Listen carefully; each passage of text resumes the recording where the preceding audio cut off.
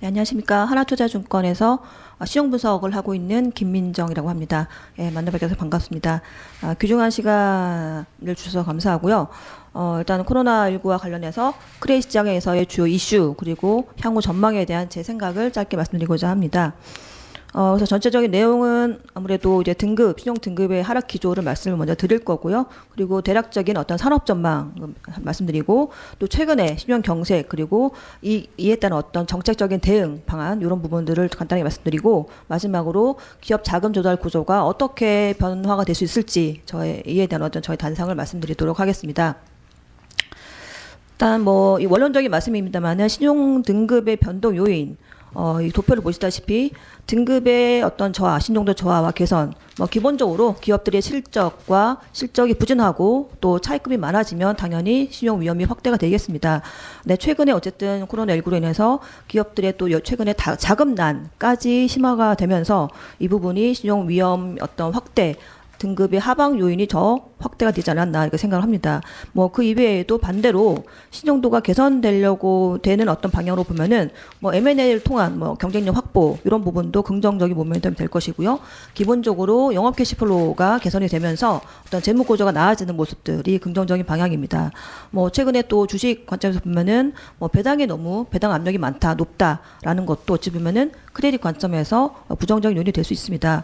어쨌든 최근에 코로나19로 인한 어떤 이런 기업 자금난, 유동성, 현금 확보 노력 이런 부분들도 조달 리스크 관련해서도 충분히 신용 위험에 좀 더 반영이 되지 않겠는가 이렇게 생각을 하고 있습니다. 그래서 좀 더 원론적인 말씀입니다만 3페이지 보시면은 제가 이제 크레딧 시장에서 계속 일을 하면서 이 등급은 사실 주식보다는 좀 변동성이 적지 않습니까? 그래서 스루 더 사이클 어떤 그 경기 변동을 좀 더 관통해서 변동성이 좀 더 작은 그런 모습을 보였던 것 같습니다.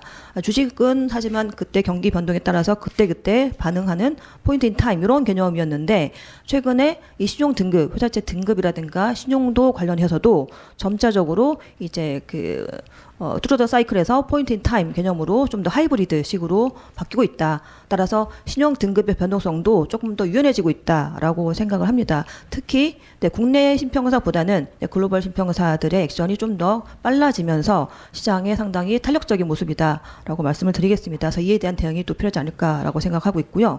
그래서 최근에 이제 4페이지 보시면은 국내 신평사들의 액션을 나타낸 것입니다. 기본적으로 상승 건수 나누기 하락 건수 업다운 레시오 4페이지 왼쪽에 보시면, 그래서 2018년도에 요때 이제 건설, 증권, 석유화학 섹터를 중심으로 등급 상향이 많았고요. 하지만 그 이후에 작년부터는 특정 그룹 그리고 자동차, 디스플레이, 유통을 중심으로 해서 상당히 하향 기조가 우세해졌던 것 같습니다. 그래서 작년 말 기준으로 신평 3사가 모두 이 업다운 레시오가 1배 이하, 즉 신용등급 상승보다는 하락하는 케이스가 더 많았다라는 것이고, 올해에는 더 심화될 걸로 연초에 전망을 했고요. 이번 코로나19 사태로 인해서 이 부분이 조금 더 심화가 되면서 음의 영역으로 당연히 가지 않을까 생각합니다.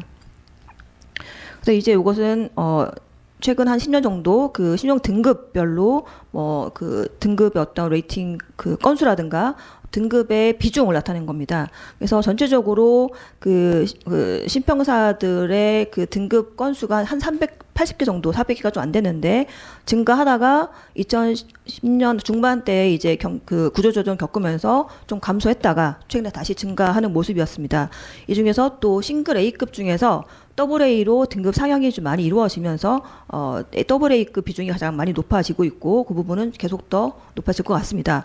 그런데 이번에 어쨌든 이 코로나 사태로 인해서 이 우량 등급, 즉 러프하게 말씀 AA 이상의 우량 등급과 A급 이하는 상대적으로 비우량 등급인데요. 그래서 AA 이상 우량 등급과 A급 이하의 비우량 등급 간의 좀 차별화가 더 이루어지지 않을까 생각을 하고 있고요. 결정적으로 4월 1일부터 집행된 채권펀드라든가 정책금융에서의 어떤 직접적인 어떤 수혜가 AA 이상 우량 등급 위주이기 때문에 어떤 등급 간 차별화가 좀 더 심화될 걸로 보고 있습니다.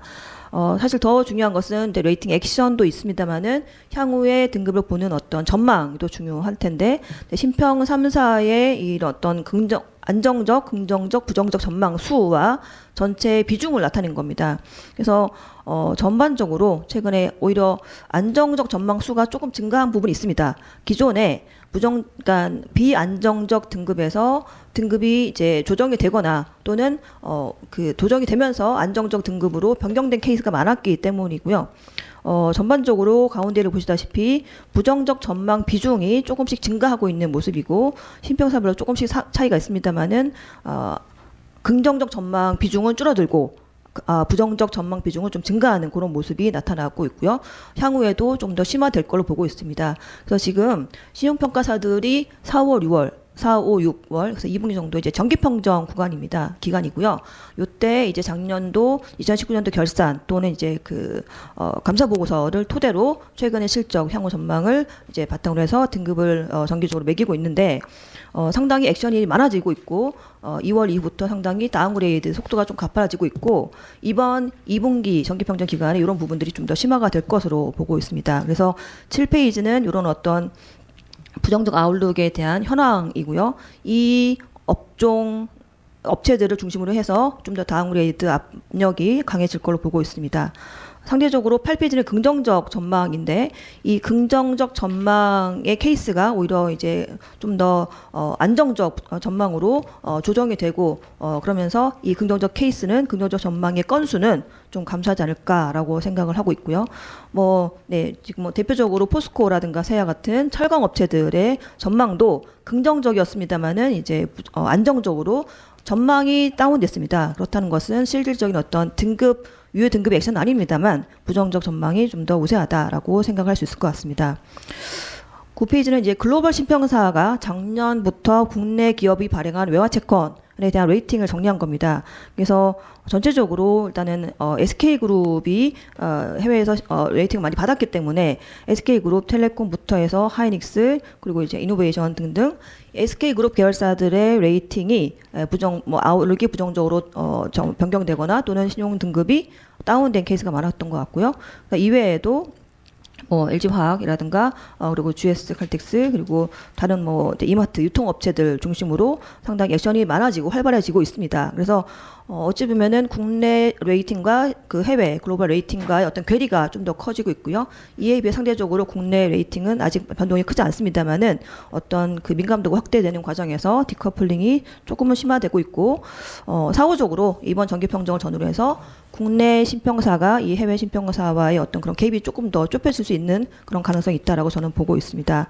그래서 10페이지는 그 연초에 신평사들이 산업 전망과 등급 전망을 나타낸 것을 제가 좀 그림을 좀 같이 그려봤는데 공통적으로 이 등급 전망도 긍정적이고 또 사업 환경도 우호적이다라고 하는 섹터는 하나도 없었습니다. 하나도 없었고요. 따라서 사업 전망, 산업 전망 또는 등급에 대한 전망이 둘 다 중립 이하의 그런 비중이 많았기 때문에 작년보다 조금 더 기업 입장에서 어떤 레이팅, 신용 등급 관리가 더 중요한 시기가 아니겠는가라고 생각하고 있고요. 11페이지는 이를 토대로 또 최근에 코로나19 사태를 제가 반영을 해서 제가 생각한 산업 전망입니다. 그래서 최근에 어쨌든 연초부터 디스플레이 유통 섹터에 대해서 많이 걱정을 하고 있는데 코로나19 사태로 인해서 항공, 호텔 면세 그리고 이제 최근에 또 유가 급락에 따라서 정유사들에 대한 신용 등급까지 리스크가 계속 더 확대가 되고 있고 부정적 어떤 전망을 더 유지를 하고 있자 합니다. 그래서 이제 유통업 비우호적인 어떤 영업 환경이 계속 지속이 있는데 아시겠지만 온라인 시장이 워낙 커지다 보니까 이제 유통업체들의 자금난이 더 좀 심화될 수 있을 것 같고요. 그로 인해서 매장을 매각하기로 하는 이제 롯데그룹 같은 경우는 200개 매장을 5년 이내에 구조조정하겠다라고 발표도 했고 이미 작년 이전에도 세일 리스백이라든가 부동산을 유동하는 그런 현금화하는 그런 작업이 많았는데 그런 부분이 좀 더 앞으로 활성화돼서 기업들의 어떤 현금 유동성 확보 노력이 더 강화될 걸로 전망을 하고 있습니다. 그래서 신용평가, 신용등급 관점에서 순차입금 나누기 EBITDA, 그러니까 분자는 이제 재무항목, 부채, 재무구조 관련된 리스크이고 분모는 EBITDA, 실적에 대한 부분인데 이 순차입금 나누기 EBITDA와 같은 차입금 커버리지 능력, 요것이 어찌 보면은 신용등급을 결정하는 가장 큰 트리거 포인트가 될 것 같습니다. 그래서 13페이지를 보시면 뭐 이 레이시오가 그 오른쪽에 순차이 난 그 빨간색 요 에비터 요 지표가 올라간다고 상승한다고 하는 것은 그만큼 실적 대비 차입금 부담이 크다. 확대되고 있다라는 부분을 방증하는 것이기 때문에 또 리스크상 관리가 더 요구된다라고 말씀드리겠습니다. 석유화학 섹터인데요. 뭐 이번에 유가가 또 급락하면서 전반적으로 그 전에도 사실 수요가 감소하고 계속 과잉 공급이었다라고 합니다. 그 14페이지에 정리를 했는데 사실 2018년 하반기부터 이런 어떤 과잉 공급 이슈가 계속 있었고 특히 작년에는 실적이 많이 이제 둔화가 됐습니다. 그러면서 동일하게 이제 15페이지 보시다시피 차입금 나누기 이제 에비타 그리고 에비타 영업 현금 흐름 창출 능력 대비해서 이 설비 투자와 배당 이 캐시 아웃플로우 이 금액이 규모가 더 커지면서 어떤 실적에 대한 어떤 부담, 어떤 등급에 대한 부담이 더 확대된 것 같습니다. 그나마 최근 유가가 하락하면서 어찌 보면은 원가 측면에서 조금 더 원가를 절감할 수 있는 부분은 그나마 실적이 저하되는 부분을 일부 방어할 수 있을 걸로 저는 기대하고 있습니다. 이제 철강 섹터인데요. 뭐 전방 산업인 뭐 자동차, 건설, 조선 이 전방 산업이 어떤 회복 기조가 이번 코로나19 사태로 인해서 좀 더 지연될 것 같습니다. 따라서 철강 산업의 어떤 수요 부진이 더 지속이 되고 있고 또 최근에 또 중국이 철강 업체들 구조조정 끝난 이후에 가동률을 높이면서 어떤 수입 업체와의 어떤 경쟁이 심화가 되면서 국내 철강 업체들의 어떤 실적 수익성 압박이 더 심화될 걸로 보고 있습니다. 그나마 이제 17페이지에서 보셨다시피 차입금 보수적으로 재무 정책이 있었기 때문에 차입금에 대한 부담은 뭐 다른 유통업체보다는 조금은 덜한 상태라고 볼 수 있을 것 같습니다. 18페이지 통신업종이고요. 이 통신업종에 있어서의 그 5G 투자 관련된 그런 부분이 아무래도 가장 최근에 이슈가 될 것 같습니다. 알프가 평균 그 수익률이 전반적으로 조금씩 떨어지고 있음에도 불구하고 향후 5G 투자로 인한 어떤 영업이 확대 가능성에 조금 더 기대를 줄 수 있을 것 같습니다. 아직까지 그 차입금 부담은 그 실질적으로 크지 않은 모습인 것 같고요. 네, 민자발전인데 뭐 전체적으로 석탄 발전을 지금 이번 정부의 에너지 정책상 탈원전 탈석탄 그런 에너지 정책 기조를 반영했을 때 석탄 발전 자체가 좀 감소하고 있는 부분은 민자 발전사에게 유리한 환경이 아니겠는가. 그리고 일단 어떤 초기 투자 부담이 상당 부분 일단락됐기 때문에 어떤 재무구조상 뭐 더 추가적으로 악화될 가능성도 좀 제한적이다라고 보고 있습니다. 건설 섹터 같은 경우는 이제 뭐 아무래도 이번 유가 하락으로 인해서 중동 쪽에 그 해외 수주가 계속해서 부진할 것 같습니다. 당초에 생각했던 것보다 부진할 수밖에 없고 그래서 민간 부문보다는 공공 부문의 수주를 정부가 지금 SOC 측면에서의 확장적 재정 정책을 펴고 있기 때문에 이 공공 부문 위주로 어떤 실적 사업 영역이 확대될 걸로 기대를 하고 있습니다. 그래서 전반적으로 이런 어떤 산업 전망이를 기본으로 해서 올해에도 사실 작년보다 조금 더 어려운 해가 되지 않겠는가라고 연초에 생각을 했는데 이제 코로나19가 이제 발발하면서 오히려 이제 단기 시장 경색까지 겹치면서 기업들의 자금난이 좀 더 심화가 된 것 같습니다. 그런데 1, 2월에 연초에 워낙 회사채 발행이 많았습니다. 특히 2월 같은 경우에는 10조가 넘어가면서 뭐 월별로 보면 최대 기록이었고요. 그래서 1, 2, 3월 1분기를 합쳐보면 19조 가까이 회사채가 발행이 됐고 3조 정도 순 발행입니다. 3월 이후에 뭐 시장이 좀 경색되긴 했습니다만은 그래도 일단은 1분기까지 보면 시장이 어느 정도 워킹하고 있었고 특히 연초에 선제적으로 발행을 많이 했던 그런 기업들 같은 경우는 현금 유동성 상황이 그렇게 나쁘진 않았다. 하지만 시장이 워낙 급격하게 3월에 변화가 되면서 이 경색에 따라서 그 정책금융이 이제 4월 1일부터 작동하기 시작했고요. 그러면서 이 정책금융에 따른 단기 시장부터 어떤 시중 경색이 조금씩 해소가 되고 있는 모습입니다만 아직 뭐 완전하게 회복됐다라고 보기는 어려울 것 같습니다. 이런 부분들은 이제 25페이지는 기준금리를 3월에 50bp 내렸음에도 불구하고 특히 이제 증권사에서 CP 발행을 많이 하면서 이 부분이 단기 금리를 급등하게 된 주 원인이 됐고요. 뭐 이에 대한 원인은 아시겠지만 글로벌 증시가 하락하면서 ES 증거금, 그래서 마진콜에 대한 증거금 부담 플러스 PF ABCP를 계속 이제 3개월마다 차원해야 되는데 그 부분이 경색에 따라서 차원이 원활하지 않았기 때문에 이에 대한 대응 목적으로 증권사가 자금을 많이 필요했고요. 아직 뭐 해소된 건 아닙니다만은 여전히 이 부분은 뭐 채권펀드라든가 또 정책 금액에 따라서 또 단기 시장에 대한 지원이 이루어지면서 최근에 조금 이제 경색이 완화되고 있는 모습입니다. 그래서 이제 26페이지는 3월 20자로 발표가 된 100조 원 플러스 알파 프로젝트입니다. 오른쪽에 금융시장 안정 크레딧 관점에서 여기서 이제 42조 정도 채권펀드, 증권펀드 단기시장 지원 이루어질 것 같고요. 그래서 일단은 기본적으로 일반 기업의 차환 위험을 감소시키겠다라는 게 정책의 취지이고 목표입니다. 따라서 사실은 가격적인 부분보다는 차환을 통해서 일시적인 유동성 경색, 신용 경색을 해소하겠다라는 부분이고 4월부터 이 부분이 워킹이 되면서 크레딧 시장이 조금씩 안정되고 있다라고 저는 판단하고 있습니다. 그래서 이제 기업별로 소상공인부터 중소기업, 대기업, 그래서 금융기관까지 이렇게 좀 차별적인 그런 모습으로 정책을 이제 펴고 있는 부분이고요. 그래서 자금 조달 시장이 뭐 조금은 안정화되는데 기여하고 있다라고 저는 보고 있습니다. 이틀 후에 3월 26일자로 또 한국은행이 상당히 유동성을 적극적으로 확대하기로 결정을 합니다. 그러면서 기준금리도 내렸고요. 그리고 통화수업, 3월이 이제 달러가 상당히 부족했기 때문에 연준과 600억 달러 통화수업 계약을 체결하면서 시중에 달러를 많이 공급하고 있는 부분도 경색 해소에 상당히 기여하고 있다라고 저는 보고 있습니다.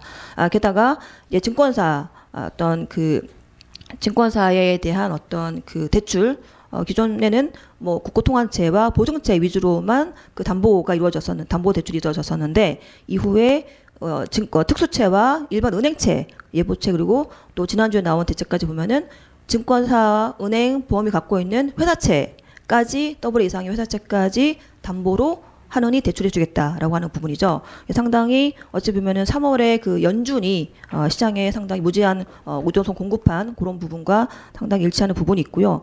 이를 통해서 시장이 많이 안정화되고 있다라고 저는 보고 있습니다. 그래서 차원 위험이 상당히 정책적인 부분으로 이제 완화가 되고 있다라는 것이고요. 30페이지 보시면은 그래서 요건 이제 4월 위기설이 많았지 않습니까? 그래서 4월 위기설이 왜 위기설이냐? 제가 회사채와 여전채 만기를 좀 따져 보니까 4월에 회사채 만기가 6조 원 가까이, 그리고 여전채가 4조 원 가까이, 4월에만 10조 정도의 만기가 돌아왔었죠. 그래서 그 전후 어느 달보다도 만기 차환 리스크가 좀 커졌었습니다. 그래서 3월에 상당히 시장 심리가 많이 불안했었는데 이런 부분이 이제 정책적인 유동성 공급 정책 대응으로 차환 리스크가 좀 해소가 되고 있다라고 저는 보고 있습니다. 그래서 전반적으로 이제 마지막으로 기업 자금 조달 측면에서 보면은 요거는 이제 그 금융위원회에서 작년에 발표한 그 은행들의 신용 공여 관련된 그 어떤 제도가 변경되는 부분입니다. 이 부분은 이제 그 평가를 주채무 계열 집단에 대해서 평가를 할 때 신용 공여, 과거에는 공여 기준이었습니다만은 올해부터는 총차입금 기준도 바뀝니다. 따라서 은행권의 대출과 보증 이외에도 회사채라든가 CP 이런 시장성 차입금까지 모두 반영을 하겠다. 따라서 좀 더 보수적으로 평가하겠다는 것이죠. 그래서 예를 들어서 은행 차입금은 많지 않지만 회사채라든가 CP 발행이 많은 그런 기업 같은 경우에는 조금 더 신용평가, 대출 이런 어떤 평가상 보수적으로 바뀔 수밖에 없는 부분이 있고요.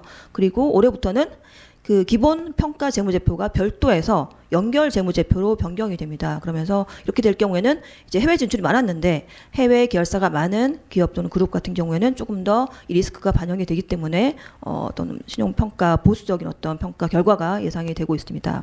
그래서 어찌 보면은 이 부분은 회사채 발행 수요를 좀 위축시키는 그런 요인이 아니겠는가 보고 있고요. 그래서 제가 올해 회사채 시장 어떤 발행 시장에 대해 전망을 한 것입니다. 연간으로 2014년부터 그려봤는데 상당히 왼쪽에 보시다시피 2016년을 최저로 해서 2017, 18, 19년도 상당히 발행 시장이 양쪽으로 상당히 많이 확대가 됐습니다. 특히 가운데 보시면 이 순발행인데 요거는 이제 AA 이상 AA 우량 등급 회사채 발행이 많았습니다만 특히 작년 같은 경우는 A급 기업들이 상당히 발행을 많이 했습니다. 그러면서 AA급과 그러니까 이 부분은 기본적으로 저금리 기조가 장기화되다 보니까 네, A급 금리가 좀 더 높은 A급에 대한 수요가 많았던 것 같고요. 그러면서 AA급과 A급과의 스프레드 차이가 좀 많이縮소가 됐고 A급 회사채 시장이 비약적으로 발전했던 한 해가 아니었는가 작년에 그렇게 생각합니다. 그래서 올해는 최근 2, 3년보다는 이 A급의 약진이 조금 부진하지 않을까 생각합니다. 기본적으로 일단은 뭐 이런 코로나19 사태 등 어떤 유동성 측면에서 어떤 소위 이제 버티는 능력, 재무적 유동성 측면에서 AA급에서 유리하기 때문이고요. 그리고 아까 보셨다시피 채권펀드라든가 그리고 또 지난주 나온 금융안정특별대출 같은 경우에도 AA급 이상의 우량 등급 회사채가 기본적으로 이제 우선 지원이 될 것이기 때문에 이 AA급과 A급과 좀 어느 정도 차별화가 되지 않을까 생각을 하고 있습니다. 그래서 이제 시장 금리가 최근에 많이 시중 스프레드가 거의 AA-3년 기준으로 회사채 기준으로 75bp 정도까지 확대가 됐다가 최근에 정책금융의 어떤 그 작동으로 인해서 향후 조금씩 스프레드가 더 이상 벌어지지 않고 좀 보합이거나 좀 강보합으로 턴하고 있는 모습입니다. 그래서 특히 이제 5월이 되면 아까 특별 대출이 있고 또 이제 A급 이하는 PCB라든가 신속인수제를 통해서 시장이 워킹이 될 것 같습니다. 그렇다면은 점차적으로 AA에서 A급 이하로 조금씩 온기가 확산되지 않을까라고 생각을 하고 있습니다. 그래서 뭐 어제 나온 대책 잠깐 또 말씀을 들어보면은 이제 100조 알파 3월 24일자에 100조 알파 어떤 지원 이후에도 어제 이제 75조 플러스 알파 계획이 발표가 됐고 그를 통해서 7개의 기관 산업에 대해서 좀 더 어떤 정책 자금이 지원이 될 것 같습니다. 그로 인해서 어떤 극단적인 부도 위험은 좀 낮아질 걸로 보고 있고요. 그래서 사실 그 부분이 또한 이제 금리 상승 구축 효과도 있겠습니다만은 일단은 정책 금융에 따라서 기업들의 어떤 도산 부도가 극단적으로 확대되고 경색이 더 심화되는 그런 부분은 정책 금융으로 어느 정도 이제 차단되고 해소가 되지 않을까라고 생각을 하고 있습니다. 전반적으로서 이번 정책 금융을 통해서 발행 시장이 계속 또 안정화되고 어떤 발행 수요라든가 투자 수요 그리고 투자 심리 안정화에도 기여할 것 같고요. 그리고 발행 금리도 조금씩 더 스프레드가 축소되면서 안정화될 걸로 저는 그렇게 전망하고 있습니다. 네, 이상입니다.